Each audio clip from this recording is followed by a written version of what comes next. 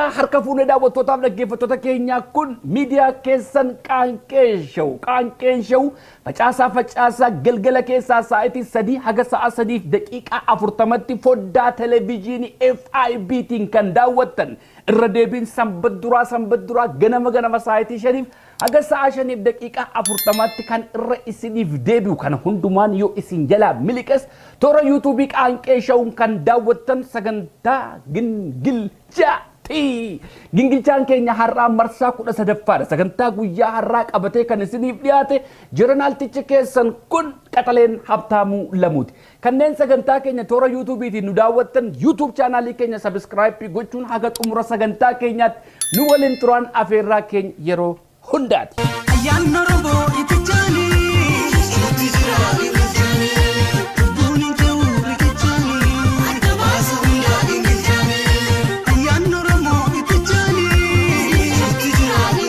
Daawwattootaaf dhaggeeffattoota keenya sagantaa keenya kutaa 12ffaa torban darbe isiniif qabadhee dhufe keessatti waamicha isiniif godheen ture waa'ee qabsaa Oromoo Jaallebattee Urgeessaa mana hidhaarraa ba'anii yeroo ammaa haala hammaataadhaan dhukkubsatanii hospitaala keessa jiru. Hawaasi keenya dirmadhaa fi jennee bakka akkaawuntii isaanii isinii maxxansine akkasumas goofandiin maqaa hayyuu Oromoo Dr. Solomoon Angaasheetiin banamee jira. Waan dandeessan keessatti nu coobsaa isiniin jennee jirra. Namoonni hammoonaa gumaacha godhaa jirtan mara keessaniif kabajaaf ulfina guddaa isiniif qabna. Namoonni hammoonaan gumaachine yoo jirtan goofandiin kun torban tokkoof itti fufa waan ta'eef waan qabdan keessa buusaa fi qabsaa'onni keenya baay'een dhukkuba wal fakkaataan qabamanii jiru yeroo ammaatti. Gaafa isaan mana hidhaarraa ba'aniifis isaaniifis dirmachuuf of qopheessaa isiniin jenna. Baay'ee galatoomaa ulfaadhaa gumaacha godhaa jirtan hundaaf galanni keessan bilisummaa ta'uun jedha. Barri haa gingilchuu. Barri haa gingilchuu. Barri haa gingilchuu. Barri haa gingilchuu. Daawwattootaaf dhaggeeffattoota keenya sagantaan keenya gingilchaa torbaniin toora Facebook, YouTubein kan isin bira ga'u akkuma beekamu namoota qabsoodhaan deeman aktivistoota keenya, hayyoota keenya, artistoota keenya warra biyya bulchanis hin gingilchina. Namni nuti lagannu tokkittiin hin jiru. Egaa baay'ee isaanii biyya keessa warra jiran kana viidiyoo isaanii finnee irraa dubbanna. Amma immoo bifa haaraadhaan namoota biyya alaa keessa jiran intarneetii aksesii qaban neetworkiin isaanii wajjin wal quunnamsiisu salphaatti argachuu dandeenyu. Har'a argadheen isinii gingilcha. Har'a dargaggeessa Oromoo tokko raastaa Oromoo tokko yookiis hayyuu Oromoo tokkoon isiniif qaba. Dr. Enook Gabbisaa wajjin wal gingilchuuf deemna. Dr. Enook Gabbisaa afeerraan gingilchaa si godhe simattee asitti gingilfamuudhaaf qophii ta'uu keeti baay'een si galateeffadha. Dr. Baga nagaan dhufte. Galatoomii Habtaam. Egaa yeroo 2-3 Qaanqee Show'tti si waamee gaaffiif deebii si godheen jira. Sun kan kanaan dura inni ammaa kun adda. Har'a si gingilchuufan deema. Yeroon waan si gingilchuuf jedhu sanarratti qophaa'aa ture. Jalqaba wanti argadhe viidiyoo sirbaa tokkon argadhe sirba Galaanaa Gaarumaatiin si'i shubbisaa jiru si duwwaa miti Profeesar Isqeel Gabbisaa si wajjin shubbisu. Shubbisa keessan duwwaa otoo hin taane mata dureen achirratti barreeffamee gallakkifametu ijoolleen obbo Gabbisaa maal ta'anii jedhe. Profeesar Isqeel Gabbisaa, Dr. Enook Gabbisaa akkasumas Aluulaa Gabbisaa nu shubbisaa jiru jedhamee gallakkifame. Maanni guyyaan sun gammachuu sagantaa maaliitti ture shubbisi keessan suni isin lamman duwwaatu warra Tigraay gidduutti argamee jira. Guyyaa lolli mootummaa biltsiginnaatiin uummata Tigraay fi uummattoota Itoophiyaa irratti baname yaadannoo waggaa tokkoffaati. Sanaaftuu ani fi Profeesar Isqeel Gabbisaa affeeramnee gara Washington DC'tti hirmaannaa goone. Achirratti sagantaa adda addaa ture. Profeesar Isqeel Gabbisaa waraqaa qorannoo dhiyeesse waa'ee lola gaggeeffamaa jiru ilaalchisee lolli kun bifa akkamii qabaa? Eenyuuf eenyutu wal lolaa jira? Ka'umsi lola kanaa maaludha kan jedhu irratti waraqaa dhiyeessee anis immoo sanuma hirmaachuufan deemee achirratti sagantaa irbaataa ture. Sagantaa irbaataa irratti sirboota adda addaa ture. Achirratti sirbii Galaanaa Gaarumaa baname saniin shubbisne jechuudha. Viidiyoo tokkoon si taphachiisa. Akkuma sila jedhe namoota biyya keessa jiran iddoo adda addaa jiranii waan isaan kanaan dura haasa'an hin fidee achirratti irraa haasa'a. amma garuu ana miti kan raasa osumatu raasa mee viidiyoo kana waliin daawwanna yaadatte oote kanuma keeti. Aktivistoonni yookaan hayyoonni Oromoo TPLF yookaan wayyaanee deeggaru kan jedhu. No, uummanni Oromoo yookaan aktivistoonni Oromoo hayyoonni Oromoo as far as I know qabsoo sabaaf sablammootaa kan deeggaranidha malee qabsoo TPLF miti. TPLF fi akka jaaramee tokkotti uummanni Tigraay adda adda goon ilaaluu danda'u nurra jira. TPLF fi uummata Tigraay akkamittiin addaan baasuu dandeenya? Yeroo baay'ee addaan hin baanuu jedhu isaan mataan isaanii. Waan lama jira. Tokkoffaa lolli kan labsame uummata Tigraay uummata Oromoo irrattis. TPLF yookaan kan du'e yookaan kan ajjeefame hooggantoota siyaasaa TPLF miti. Qotee bulaa uummata Tigraay akkuma Oromoo kamii nama dalagatee bulutu ajjeefamee dhumaadha jira. So lolli kun lola TPLF irratti baname miti. Lola saba Tigraay irratti banamedha tokko. Lammaffaa immoo filannoo waggaa lama dura Tigraay keessatti gaggeeffame irratti filannoon kun guutummaa guutuutti filannoo dimokiraatawaadha jechuun nu rakkisuu danda'a. Garuu uummanni naannoo Tigraay persentii 98 mootummaa keenya mirga keenya nuuf kabachiisa naannoo keenya biyya keenya defend nuuf godha jedhanii kan isaan filatan hooggantoota TPLF. So asirratti wanti eessarratti akkan akkas dubbadhe yaadadhu garuu dubbiin an dubbadhe sun hagaarratti dubbii dhuga qabeessaa fi dubbii haqa qabeessa defending godha. Defendi gochuu kee miti Dr. Gaaffii kiyyatu akkamittiin TPLF fi uummata Tigraay addaan baasuu dandeenya? Akkuma amma maqaa adda bilisummaa Oromootiin Oromoo baay'ee ajjeefamaa ture har'as kana keessa jira.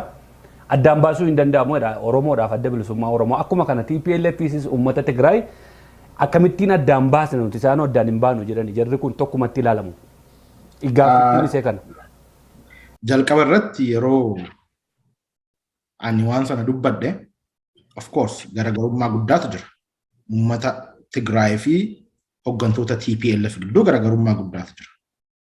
Yeroo lolli irratti labsamu garuu kan uummata kana lola kanarraa baraaruudhaaf kan Finfinnee keessa qabeenyaa dhiisanii biyya alaatii jiruuf jireenya isaanii dhiisanii bosonatti kan deebi'an warra hooggantoota TPLF.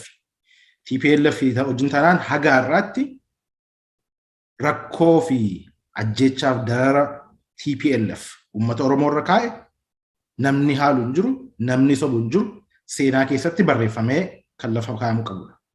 Kana gaafa jennu TPLF fi uummata Tigraay adda baasna gaafa jennu jalqaba irratti yeroo lolli kun eegaluudhaan dura haala ture irratti uummanni Tigraay TPLF waliin jiraaf hin jiruun gaaffii adda biraa ture.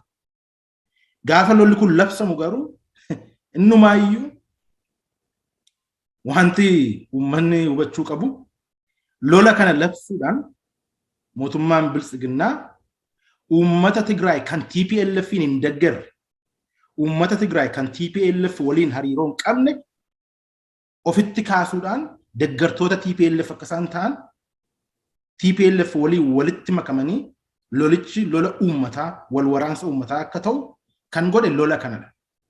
Jalqaba kan nuti dubbachaa turre bara 2018 yeroo Abiy aangootti dhufe yeroo Abiy biyya lafaa goomsee nuunis goomsee hundumaa goomse TPLF waggaa 27 darbe keessatti rakkoodha ture biyya kana keessatti. Dr. Indeebina achitti bakka itti sanas naa qabi gaaffileen kiyya amma waan ammas gaggaafa dundumaan qaba gara boodaatti waan ta'eef naa deebista. Maaliif yoo amma na jalaa xumurtee sagantaan koosuma irratti xumurama waan ta'eef short gaaffii deddeebituu gaggabaabduu waan sirraa barbaada waan ansi gaafa irratti viidiyoo kanan si taphachiisa Dr. Hooggantoota Oromoo amma ol ba'anii jiran kanatti sabaaf sablammiin adda biraa keessumatti Habashaan wayyaaneen public trustive confidencein hooggantoota aangoo irra jiranii fi uummata gidduu akka baduuf full time jaabii godhanii hojjechaa jiru. Isa kanarratti Oromoon waan dammaqan itti hin fakkaatu. Hogganoota amma aangoorra jiran kana Oromoo biratti akka isaan dhageettii dhabaniif akka isaan jibbamaniif akka isaan hin fudhatamnee fi TPLF fi abashoonni fuul taayimii irratti hojjechaa jiru nuun jette yeroo kana nuun jette yeroo biyya galte bara 2018 keessa natti fakkaata achi as deebitee immoo viidiyoo tokkoon si taphachiisa waa'ee piikchara kee tokko piikchara Mallas Zeenaawwii uffata siin jedhanii kanaan dura gingilchaa irratti taaseera sanaan wal qabsiisanii achirratti gaaffiif deebi'ati OMN wajjin goote irratti immoo akkana naa jette warra kana lamman wal cinaa qabne naa deebista. Har'a Abiy kan of qulqulleessuuf jecha lolatti seen kaleessa waggaa 27 guutuu Abbaa Duulaa Gammadaa Faatii wajjin Baacaa Dabalee Faatii wajjin warra Oromoo ficcisiisaa turedha. Sila akkuma tuqe. TPLFin qobaatti adda baastee loluu barbaadde yoo ta'e dogoggora. Ofirraa eegaluutu irra jira. Yakki grave violation of human rights kan qaqqabe Oromiyaa keessatti kan OPDO'n qaqqabsiistedha. Kun immoo Abiyyi Faarraa jalqaba. Taayyee faa kan hiisee durbar Taayyee faa ammayyaa turan kan hiisee intelligensii irratti eeggeessaa ture Abiyyi Faati. Har'a garuu qofaatti akka waan wayyaaneen yookaan TPLF biyya sana balleessitee qofa godhanii TPLFin qofaatti baasuun gaaffii jala galcha. Bara 2018 akkuma sila siin jedhe gaafa biyyatti galtee hogganoonni aangoorra jiran kun yeroo sanatti gaan Dr. Abiyyi faa obbo Lammaa Magarsaa fa'aadha. Uummata Oromoo biratti akka isaan dhageettiin arganne fuul taayimii kan irratti hojjechaa jiru TPLF jettee amma immoo achi deebitee Dr. Abiyyiin fa'aa TPLF wajjin hojjechaa turan isaanii addaan baasnee in ilaallu jette. Jijjiirama waggaa lamaa kana keessatti yaada wal dha'u lamatu jira kanarratti akkati ibsannuu laattuun barbaada. Akkamitti wal dha'a? Duraani hogganoonni Oromoo kana akka isaan jibbaman kan godhaa jiru TPLF Oromoon immoo kanarratti hin dammaqne hogganoota keessan jabeeffadhaa waan jechaa jirtu fakkaata. Amma immoo deebistee jarumti kun immoo TPLF wajjin hojjechaa turanii TPLF qofaatti achi baasanii cubbamaa fakkeessuudhaaf deemu isaanis TPLF wajjin tokkoon hin jette duraan akkas nuun hin jenne gaa. Okay. Bara 2018 yeroo Oromoo protestii booddee jijjiiramni dhufe gareen jijjiiramaa kan lammaa of keessaa qabu Abiyyiin kan dabalatu akkasumas immoo namoota Oromummaatti dhaga'amu kan of keessaa qabu dhuguma Oromoo gaaffii Oromoon qabu gar tokkotti gara fuulduraatti ceesisuu danda'u advance gochuu danda'u. Uummata Oromoo duwwaas immoo utuu hin taane uummanni Oromoo duwwaan deebii argatee nagaa argatee sabni biraan nagaa yoo arganne biyyi sun nagaa argattu. Kanaaf garee jiru kana haala ittiin gareen kun jabaatee dhuguma Oromummaa irratti dhaabbate Oromummaa irratti hundaa'e gaaffiin uummata Oromoo gaaffii salphaadha ture lakkaa'amee kan lafa jiru.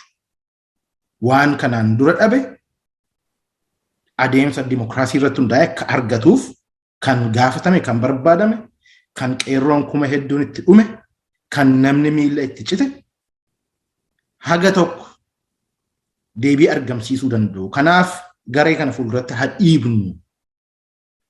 Gareen adda biraas bakka adda addaatii daasporaa irraa kan deebi'ee asmaraa irraa kan dhufe haala ittiin hundumtuu roolii isaa itti taphachuu danda'u irratti rule of the game design yaa goonu. Kanaaf immoo wanti yeroo ammaatti lafa jiru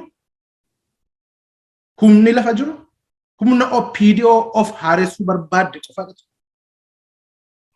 OPDO waggaa 27 ajjeesaa baatee itti deebinee aangoo sana legitimize gochuu yookaan aangoo sanaaf beekamtii kennuun namni gareen garbaan dogoggoradha jechuu danda'a.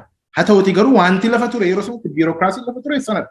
So akka nutti fakkaatetti akka qorannoo keenyaatti waan Abiyyi yeroo sana afaan mi'eeffatee afaan dhadhaa dibatee wanta inni dubbachaa ture irraa kan nuyi hubanne namni kun namuma dhuguma dhugaatti fooyya'insa siyaasaa fooyya'insa mirga namummaa nama barbaadudha. Kan jedhu namni hin amanne jira. Waraanni bilisummaa Oromoo, hoggantoonni adda bilisummaa Oromoo, Izeemaan, maaloon bakka adda addaati hundumtuu kan biyyatti yaa'ee galeef abdiitu jira jedhameetimi. Abdii kana haa jajjabeessinu. abdii kana jajjabeessuu keessatti hogganni yeroo sana lafa ture awataan gaaffii Oromoo akka deebisuuf ummanni Oromoos carraa dabalataa waan kenneef hariiroon ummataa fi hoggantoota sana gidduu jiru hacimoo hariiroon tiim lammaadhaaf tiim lammaa jechuun yeroo sana Abiyyiin kan dabalatu ummata Oromoo gidduu yoo jiraate check and balanceetu jiraata. Gaaffiin ummata Oromoo gaaffiin nageenya, gaaffiin biyya ofii of bulchuu, gaaffiin Finfinnee irratti, gaaffiin dargaggoon Oromoo hojii argachuu, jireenya jiruu madaalawaa ta'e jiraachuu deebi'uu danda'a yoo ummataa fi mootummaa gidduu hariiroon check and balancein hariiroon wal qixa ta'e yoo jiraate. Kun rakkoon turre. San booda maalidha kan hubanne?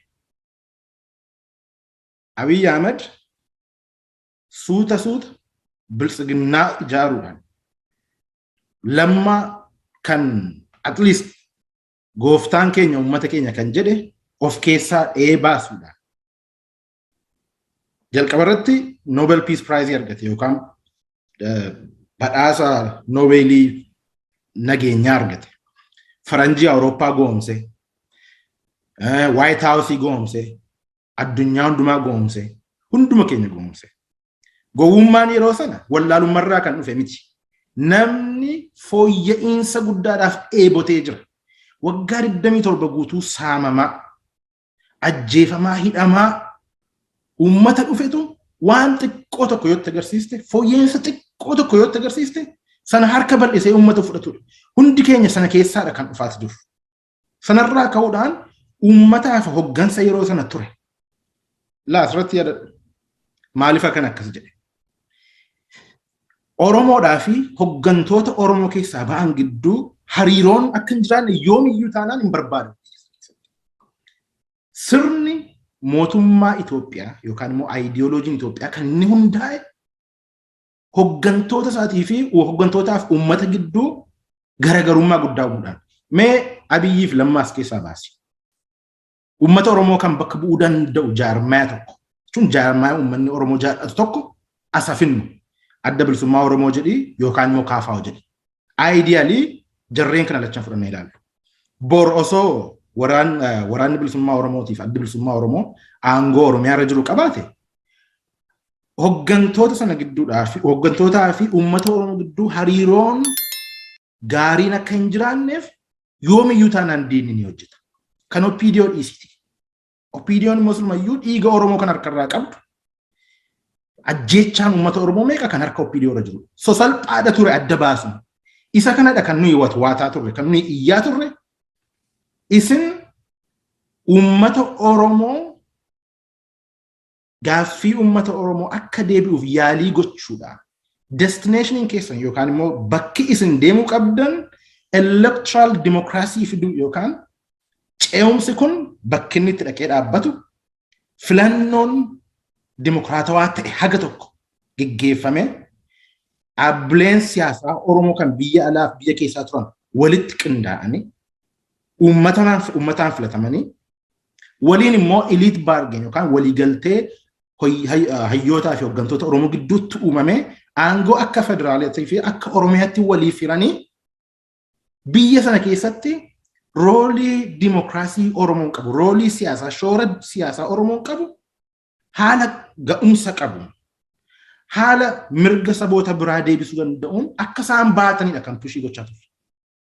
Kana iyyaa dhabaane waggaa 2 waggaa 3 guutuu. Dhumarratti wanti nuti hubanne aangootti gaafas dhufu Abiy maqaa Oromootiin daldalee qeerroo Oromootiin daldalee maqaa qeerroo Oromoo dhiiga ilmaan Oromootiin daldalee inni garuu kaayyoo biraadha qaba ture.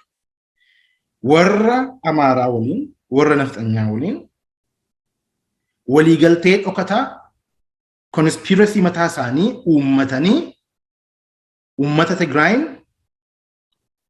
duguggaa sanyii irratti gaggeessu Tigraayin morma irraa kutanii dadhabsiisanii aangoo giddu galeessaa jabeeffachuu akkasumas immoo Oromiyaa keessatti waaltaa raggad jedhanii kan isaan waaman ilaalcha gaaffii siyaasaa abbaa biyyummaa Oromoon qabu akka extremist yookaan immoo akka finxaaliyyiitti lafa kaa'aniitu mul'ata Itoophiyaa isa isaan barbaadan isa dur bara Mangistuu Hayilamaariyaam ture sana gadi dhaabuudha. So asirratti wanta itti dabaluu narra jiru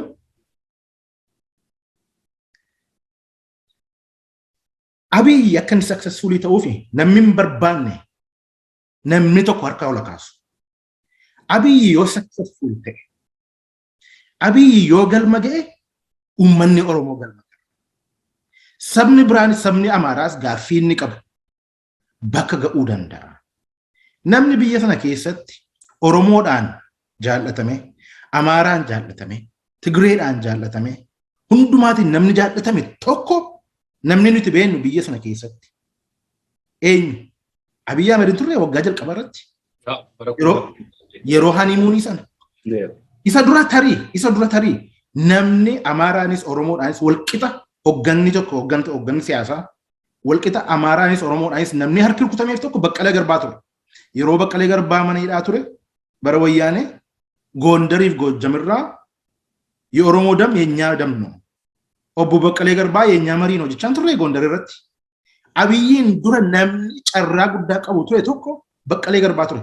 Seenaa biyya Itoophiyaa keessatti kan Oromoodhaan jaallatamu Amaaraan ni jibbama. Kan Amaaraan jaallatamu Oromoodhaan ni jibbama. Yeroo jalqabaatiif seenaa keessatti garuu jalqaba Baqqalee Garbaa ture kan walqixa Oromoodhaanis jaallatame Amaaraanis fudhatamu legitimacy kan argate. Samboodee dhufe Abiy dhufe. Okay, lammaa irraanfanne. So kun asseetii guddaadha biyya sana keessatti. Uummanni Oromootiif uummanni Amaaraa historical animosity yookaan immoo waljibbiinsa guddaatu jira seenaa mataasaa kan qabu. Waljibbiinsi kun itti fufuu hin qabu. So isa kanaaftu jajjarin. Jarjaru gaaffileen qaqqabu irratti xiyyeeffannee bareedaa natti fakkaata maafi. Background isii kennuun irra jira. So kanaaf namni kun yoo jajjabeeffame nagaadha argata uummanni Oromoos uummanni Amaaraas. Nagaadha barbaada miti at the end of the day. Bara keenya umurii guutuu namni lolaa jiraatu hin jiru. So isa kanaaf yeroo sana kan dubbadhe. Waggaa tokko waggaa lama booda garuu suuta gaafa argaadha dhufnu dhumarratti filannoon darbe April 2020 yookaan immoo waggaa lama dura. Filannoon gaafa darbuun it's okay rakkoo hin qabu. Koronaatu jira biyya hundumaatiif filannoon darbaa jira. Akka itti filannoon darbu irratti garuu qorannoo mataa isaa danda'u hojjenneetu dhiyeessine. Jaarmaa hundumaa haala hirmaachiseen civil society yookaan immoo miti mootummaa haala hirmaachiseen mari'atamee kun dhimma biyyoolessaa waan ta'eef dhimma bilisiginnaa yookaan immoo dhimma mootummaa duwwaa miti dhimma biyyoolessaati akkasitiin darbuu qaba jennee qorannoo gaadha dhiyeessine. Har'a asirratti waan baay'ee dubbachuun hin barbaachisu. Qorannoo sana dhiyeessinee qaamoleen yaada isaanii dhiyeessan jennee dhiyeessine keessaa tokko Oromo Lawyers Association dha ture. Yaadatta yoo ta'e TV irratti constitutional inquiry yookaan immoo falmii heeraa irratti waa'ee filannoo dabarsuu irratti. Yaaddi sun qorannoo kan hojjetee kan dhiyeessa akkatti filannoo irratti marii gaggeeffamu irratti ogeessota seeraa Oromoo ture. Propozaaliin kan dhiyaate. Propozaalii ogeessonni seeraa Oromoo dhiyeessan Maazaa Ashannaafii biratti argame jechuudha. Maazaa Ashannaafii eessaa akka dhufe propozaaliin kun hin beektu. Ogeessonni seeraa Oromoo dhimma kana irratti sagalee dhageessisuu hin qabanii. Kun dubbii etnikii yookaan immoo dubbii tribaalii miti jette. Yaadichi garuu ogeessota seeraa Oromoo biraa dhufe. Jennaan haay dhimmuma uummanni Oromoo dhimmuma ogeessonni Oromoo dhiyeessan irratti deebinee nutumti akka hin hirmaanneef dhorkatamnaayi. So asirratti waa'ee Abiyyiin mormuu, waa'ee Bilisiginnaatiin mormuu, waa'ee yaada akkasiin turre yeroo sana.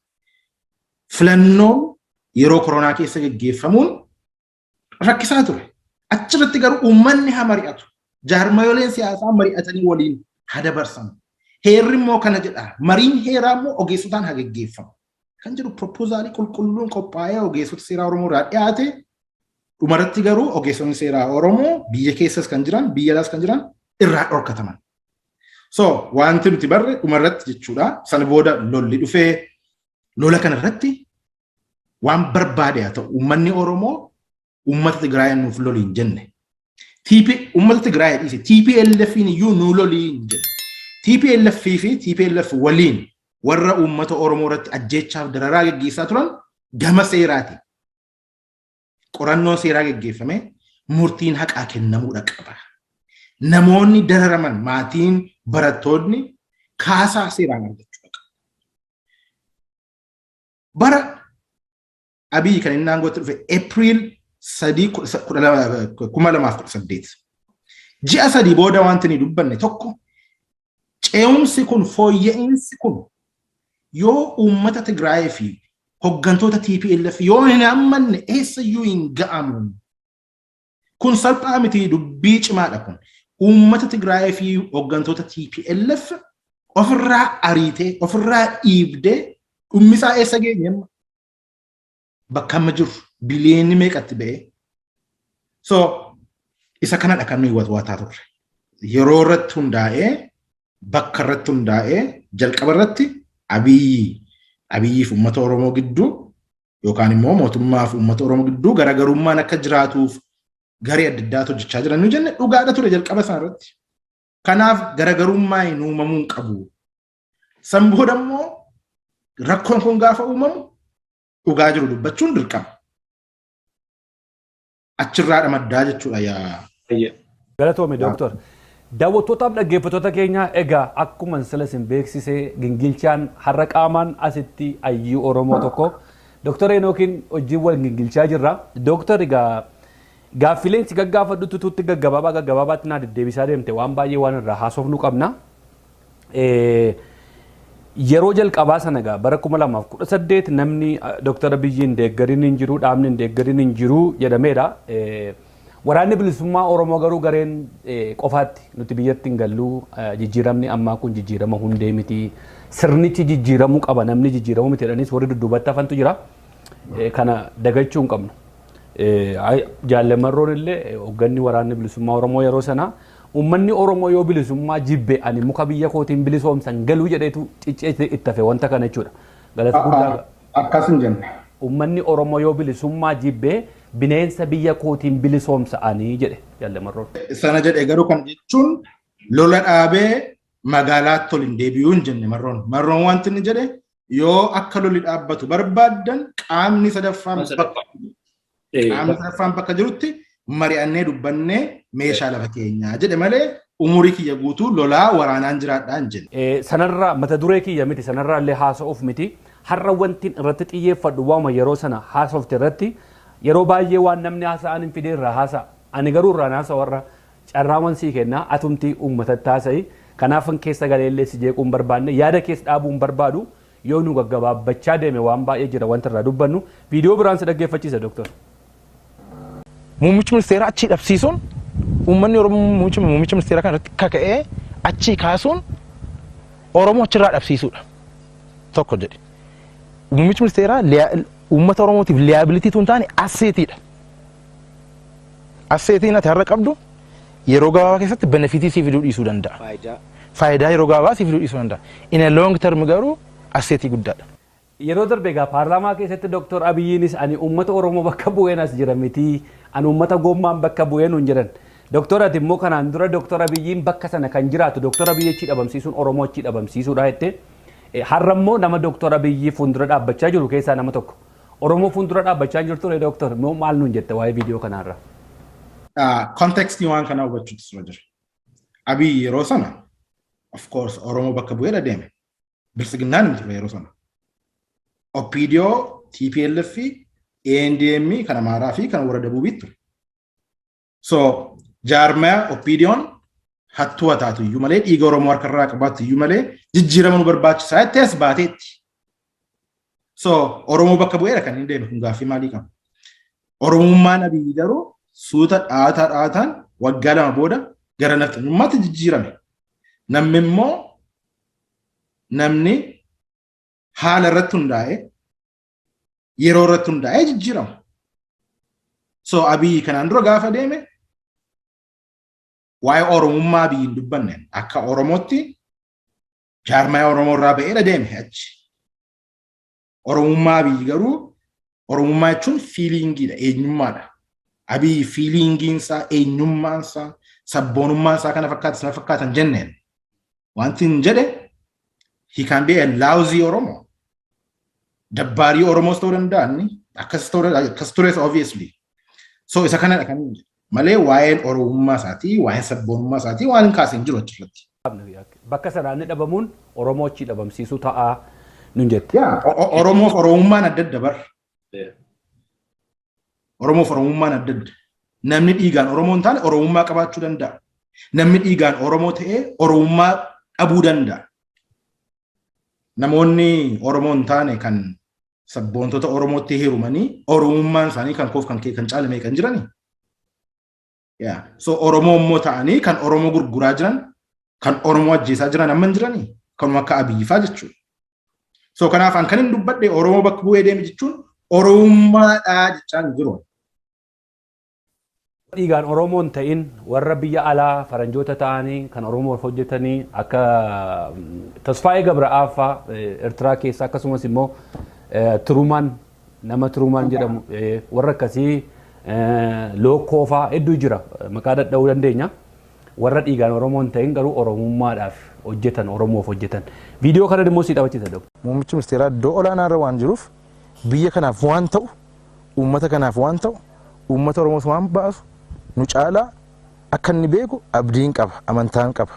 Muummichi ministeeraa uummata Oromootiif nu caalaa waan uummata kanaa baasu gara fuula duraattis hojjechuu akka danda'u nu jette. Kanaaf kun waan dhugaa ture wanta inni yeroo sana dubbachaa ture irraa kaasee wanti inni yeroo sana dubbachaa ture akka jaarraa bara 16ffaa keessa akka itti Oromoon babal'achaa ture.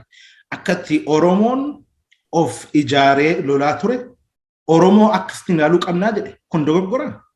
Wanta Abiy yeroo sana dubbate at least wanti inni Oromoon akka in public wanti inni dubbate wanti Oromoof hin taane hedduun hin turre. Jalqaba irratti duwwaa yeroo Baahir Daariin deeme eliitota yookaan immoo Amaaraa liiqaan yeroo asosiisuu deeme sabboonummaan Oromoo qabsoo Oromoo safara keessatti hambisee jedhe. Yeroo sana irraa kaanee namicha kana filaagii goone. So Oromoo protestiin yeroo gaggeeffamaa ture keessatti one way or another maasteroota isaanii yookaan immoo warra isaaniin dhuunfatu warra TPLF isaaniin dhuunfatu ture. Isaaniin dhokatanii ergaanuu ergu turan Abiyyifaan. Lammaafaan ergaa ergu turan dhokatanii. So ergaa isaan ergan kana Oromoo protestiidhaaf itti gargaaramuun dirqama ture. Bu'aa buusaniiru yeroo sanatti. So assessmentiin keenya ilaalchi yeroo sana ture namoonni kun Oromoof waa bu'aa buusu kan jedhudha. Inni iyyuu immoo transitionally yeroo gabaabaadhaaf transition jechuun yeroo gabaabaa keessatti gaappiitu jira. Gaappii sana keessatti hundumtuu walitti dhufee haga wal qindeessutti jarri kun roolii wayii tokko qabachuu danda'u. Roolii maaneejmentii, transitional management yookaan immoo hoggansa jijjiiramaa. San booda hoggansa jijjiiramni sun gaafa dhaabbatu aangoon filannoo uummataa irratti hundaa'ee itti fufa jechuudha. Achirratti hundoofneeti kan nuti kan ani akkas jedhee fi jechuudha. Ayyee Dooktor hedduu galatoomi. Egaa dhiifama naa godhe waan kana keessa deddeebi'ee wanti si gaafadhuu fi yeroo baay'ee waan itti haasofte yookaan namoonni baay'een haasa'anii yeroo namoonni mummuranii itti gargaaramantu jira. Kanaaf walumaa galatti akka itti deebii laattu sirraa afaan keerraa akka dhaga'anii fi bara 2018 keessa anis isa tokkoon ture kan maraachaa ture. Dooktor Abiyyii fi namni maraatee waan jiru nutti hin fakkaatu shaampeenii baneera ammoon. Garuu biyya duwwaan gaaffileen si gaggaafadhu gaaffii dhuunfaa kootiimenti waan sooshaal miidiyaa irratti argu waan ati kanaan dura dubbatte irratti si gaafadha. Na of kalchi aktivistoonni biyya dhattan aangoo waan dhabdaniif achees deebitanii jara kana irratti bobba'uu jalqabdaniiran. Baratuu gingilchaa baratuu gingilchaa baratuu gingilchaa. Daawwattoota dhaggeeffattoota keenyaa sagantaa keenya gingilchaa marsaa 13ffaa guyyaa har'aa isinii fudhadhee dhufe asuma irratti hin goolomne kutaa lammaffaan torban walitti deebina. Egaa akkuma beektan hayyoonni keenya gaaffii tokko yoo gaafattan tulluu abbaa seenaa salgansaa marsanii namaa deebisu. haala kanaan Dr. Enookis sagantaa keenya guyyaa har'aa nurraa dheeressa waan ta'eef bakka lamatti addaamurree torban isiniif qabannee dhufnaa sagantaa keenya nuquunnamaa isiniin jennaa sagantaa torbaniin aga walitti deebinutti nagaan nuuf jiraadha.